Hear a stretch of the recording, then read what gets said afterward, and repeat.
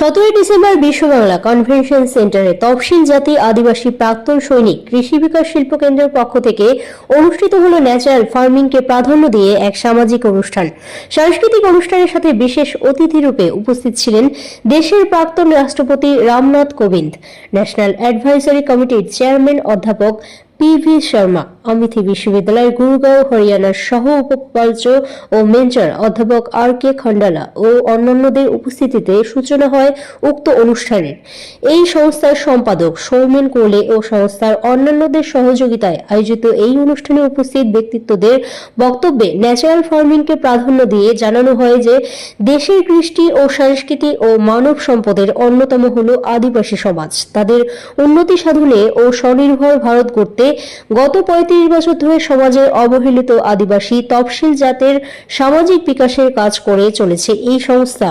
এর সাথে natural farming এর মাধ্যমে কিভাবে আরো উন্নততর ও বৃহত্তর পরিসরে ফসল ফলানো সম্ভব, তার বিবিধ বৈজ্ঞানিক পদ্ধতিতে কিভাবে কৃষি ক্ষেত্রে ফলদায়ক হবে সেই বিষয়টি আলোচিত হয়। এছাড়াও লাখা চাষ, মৌচাষ পালন, মৎস্য চাষ ইত্যাদি প্রাকৃতিক চাষের মধ্য দিয়ে যে গ্রামীণ উন্নয়নের সাথে বহু কর্মসংস্থানও বাড়বে তাও উল্লেখিত হয়।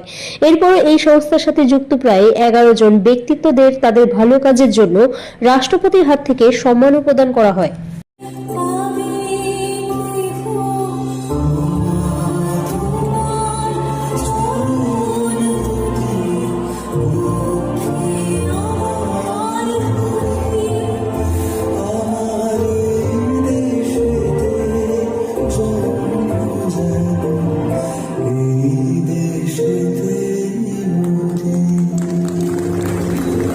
জয় শ্রী শম্ভু। নমস্কার, আমি সৌমেন কোলে, সম্পাদক তফসিল জাতি আদিবাসী প্রাক্তন সৈনিক কৃষি বিকাশ শিল্প কেন্দ্র।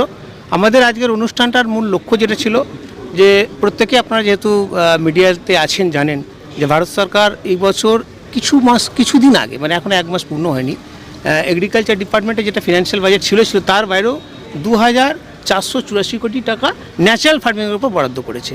তো আমরা সেই সুযোগটাকে অ্যাচিভ করতে পেরেছি। আমাদের লক্ষ্য ছিল এটাই যে ন্যাচারাল ফার্মিং, কেন আমাদের ভারতবর্ষ তথা পশ্চিমবঙ্গ কৃষি প্রধান দেশ, কৃষির ডেভেলপমেন্ট হলেই কিন্তু তবে দেশ এগোতে পারবে। তার মানে এই নয় যে অন্য ডেভেলপমেন্টগুলো দরকার নেই, অবশ্যই দরকার আছে, মধুমক্ষী দরকার আছে, ফিশারি দরকার আছে, আমাদের দরকার ল্যাক কাল্টিভেশনের উপর বড় কাজ করে সেটাও দরকার আছে, কিন্তু কৃষিটাকে বেশি করে ধরে রাখা দরকার আছে। এটাই ছিল আমাদের মূল লক্ষ্য আজকে ন্যাচারাল ফার্মিংয়ের।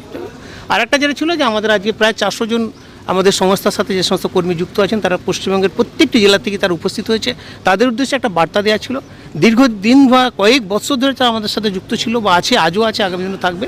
তাদেরকে আমরা ফিনান্সিয়ালি স্ট্রং করে উঠতে পারিনি, সেই জায়গাটা পুরোপুরিভাবে ক্লিয়ারেন্স হয়ে গেছে। সেটাও আমি প্রেসের মাধ্যমে জানাতে চাইছি যে 2025 সালের জানুয়ারি মাস থেকে তারা ফিনান্সিয়ালি স্ট্রং হয়ে যাবে। জয় শ্রী শম্ভু, নমস্কার।